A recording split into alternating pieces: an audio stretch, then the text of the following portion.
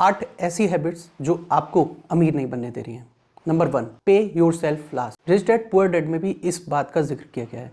हर कोई क्या करता है कि सबसे पहले अपने एक्सपेंसेस को बियर करता है, अपनी ईएमआई देता है, उसके बाद जो बच जाता है उससे अपनी सेविंग या इन्वेस्टिंग करता है।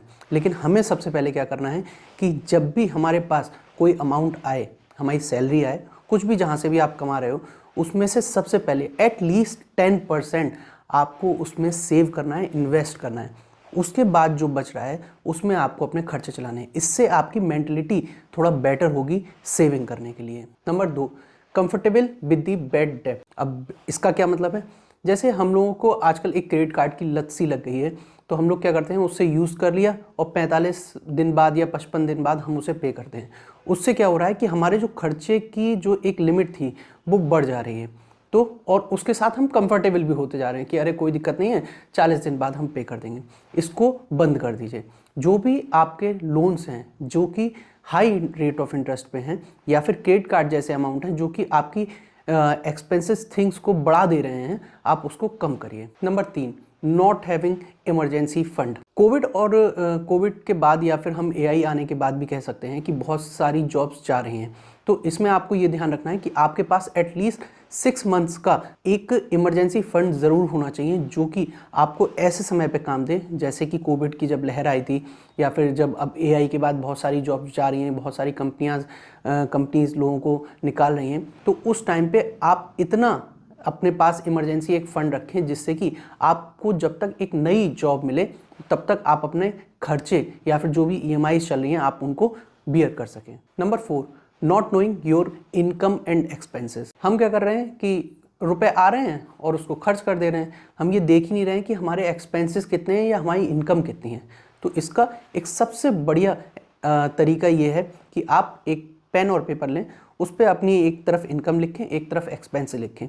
अब उन एक्सपेंसेस में ये देखिए कि ऐसे कौन से एक्सपेंसेस हैं जिन्हें आप खत्म कर सकते हो, या फिर खत्म नहीं कर सकते तो एटलीस्ट कुछ अमाउंट तक उसको कम कर सकते हो। Number 5, expenses hobbies. आज के टाइम में शो ऑफ एक बहुत बड़ी चीज़ हो गई है, और इसी में लाइमलाइट में आता है क्रेडिट कार्ड, क्योंकि वो हमें 45 से 55 दिन की क्रेडिट लिमिट दे देता है, और हमें शो ऑफ करने के लिए जो चीज़ चाहिए हम गए, हमने उसको स्वैप कर दिया, जबकि हमें उस चीज़ की ज़रूरत भी नहीं थी। तो इसलिए आप ये पहले समझ लें कि आप जो चीज़ लेने जा रहे हो कि क्या वो आपको सच में ज़रूरत है, क्योंकि ये जो चीज़ें हैं वो आपकी वेल्थ को कभी क्रिएट होने नहीं देंगी। Number 6, focusing purely on savings. देखिए, सेविंग करने से केवल आप अपनी वेल्थ नहीं बना सकते, आप अमीर नहीं बन सकते।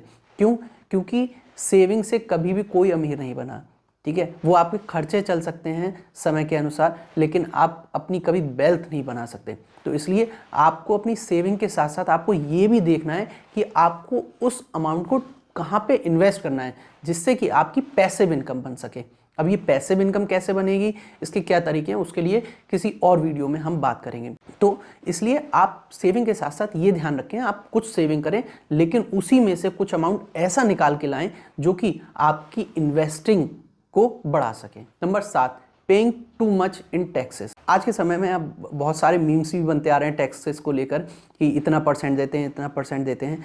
तो आप ये भी समझ लीजिए, आप अगर बहुत ज़्यादा टैक्स में अमाउंट दे रहे हैं तो वो आपकी जो इन्वेस्टिंग की जो कैपेसिटी थी उसको भी कम कर रहा है।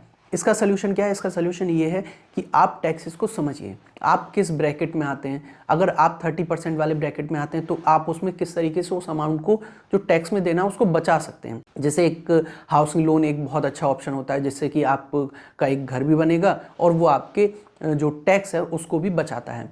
आपकी हेल्थ पॉलिसीज़ को लेकर जो पर्सनल फाइनेंस में एक बहुत इंपॉर्टेंट रोल प्ले करती है। तो आपको ये देखना होगा कि आप जिस भी ब्रैकेट में आ रहे हो, आपका जो टैक्स बन रहा है आप उसको कैसे बचा सकते हो। स्मार्टली वर्क करिए, लीगली, लेकिन ऐसा नहीं कि आप टैक्स दे ही नहीं रहे हो, छुपा रहे हो चीज़ों को, उससे कोई फ़ायदा नहीं, क्योंकि कभी ना कभी वो चीज़ आपकी पकड़ी जा सकती है।